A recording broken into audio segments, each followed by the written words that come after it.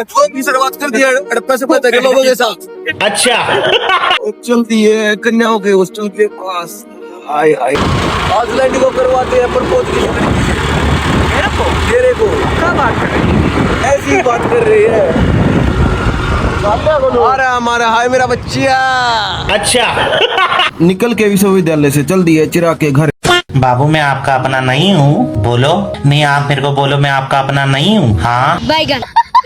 जैसे ही घर पे आए तो हमें शोले फिल्म का ठाकुर मिला, जो अपने कटे हाथ की एक्टिंग पूरी तरह से कर रहा था। चिराग ने पूछा ठाकुर ये कैसे? तो साहिल ने जवाब दिया भाई जैसे शोले फिल्म में कटे थे बिल्कुल वैसे। सभी लगड़बग्गों ने घर में प्रवेश कर लिया था। पुनिया अभी भी ठाकुर के रोल से नहीं निकल पा रहा था और बार बार हिमांशु को कालिया का मेम्स बना के लीक करने लगे, जिसका सबसे बड़ा फायदा हमारी लाल टी शर्ट वाली कचरी और बूढ़े भाई साहब को हुआ। आप शब्द का इस्तेमाल नहीं करना और अच्छे अच्छे शब्दों का इस्तेमाल करना है। अभी भी शरीर में जो हमारे ये व्याख्या सुनते ही ठाकुर के हाथ में जितनी जान थी सारी जान उसने किरमाड़ा पर लगा दी और जोर जोर से दूर हो जा मेरी नजरों के सामने से चिल्लाने लगे। मनाली में कवाली करके आए हमारे उस्ताद के बोल।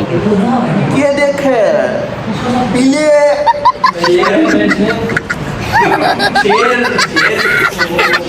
जांगू ओए, मेरे इतने बोलने पर भी जांगू से कोई जवाब नहीं आया। लगता उसकी ठाकुर से अच्छी दोस्ती हो गई थी और फिर मैंने भी ठंडा उठा के छाछ पी लिया। ठीक है। वो कहते हैं दोस्ती को प्यार में बदलते समय नहीं लगता, पर इतना कम समय लगता है ये मालूम नहीं। कसम लव खाने वाले इस व्यक्ति की मुलाकात इन मुस्टंडों से 1 साल पहले ही हो चुकी थी। चलिए ठंडा पीते पीते कोड लैंग्वेज में साहिल की तरफ इशारा कर रहा था। चटनी भी कचरी आएगी।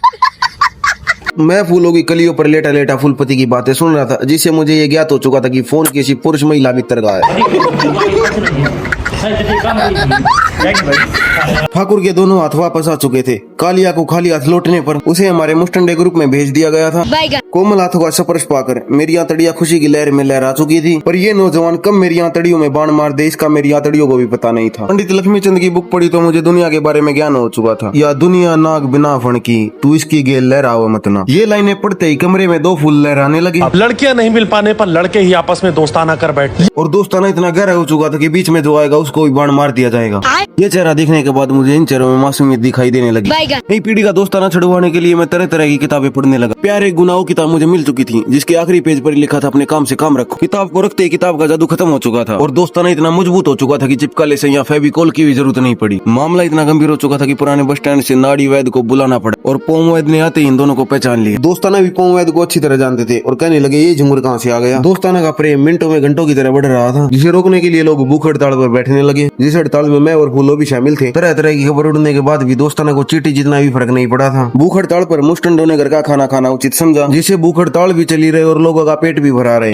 खाना इतना स्वादिष्ट होने के कारण लोगों के मुंह में अपने आप छाछ बनना चालू हो गया था। लड़के खाना खा के दुल्हन की तरह शर्माने लग पड़े थे। खाना खाने के बाद चैन की नींद हमारी बाहों में सो चुकी थी। गब्बर तो बहुत देखे, पर 30 किलो का गब्बर पहली बार देख रहा था। बेल्ट उठाते उठाते कहीं हाथ में लचक ना आ जाए, सब इस बात से डरे हुए थे। बसंती अपना नाच दिखाकर आराम की मुद्रा में बैठी हुई थी। गब्बर गांव वालों पर अत्याचार ना करें, जिसके चलते 2025 की संधि के कारण बसंती ठाकुर और गब्बर के साथ विवाह के बंधन में बन चुकी थी। गब्बर अश्लील इशारों से गाँव में शांति का संदेश दे रहा था। गांव में मिठाइयां बंटना शुरू हो चुकी थी और चिराग और उसके पूरे परिवार को नए घर की लख लख बधाइयां और खाने पर बुलाने का बहुत बहुत शुक्रिया। बुलाने की तो ना थी।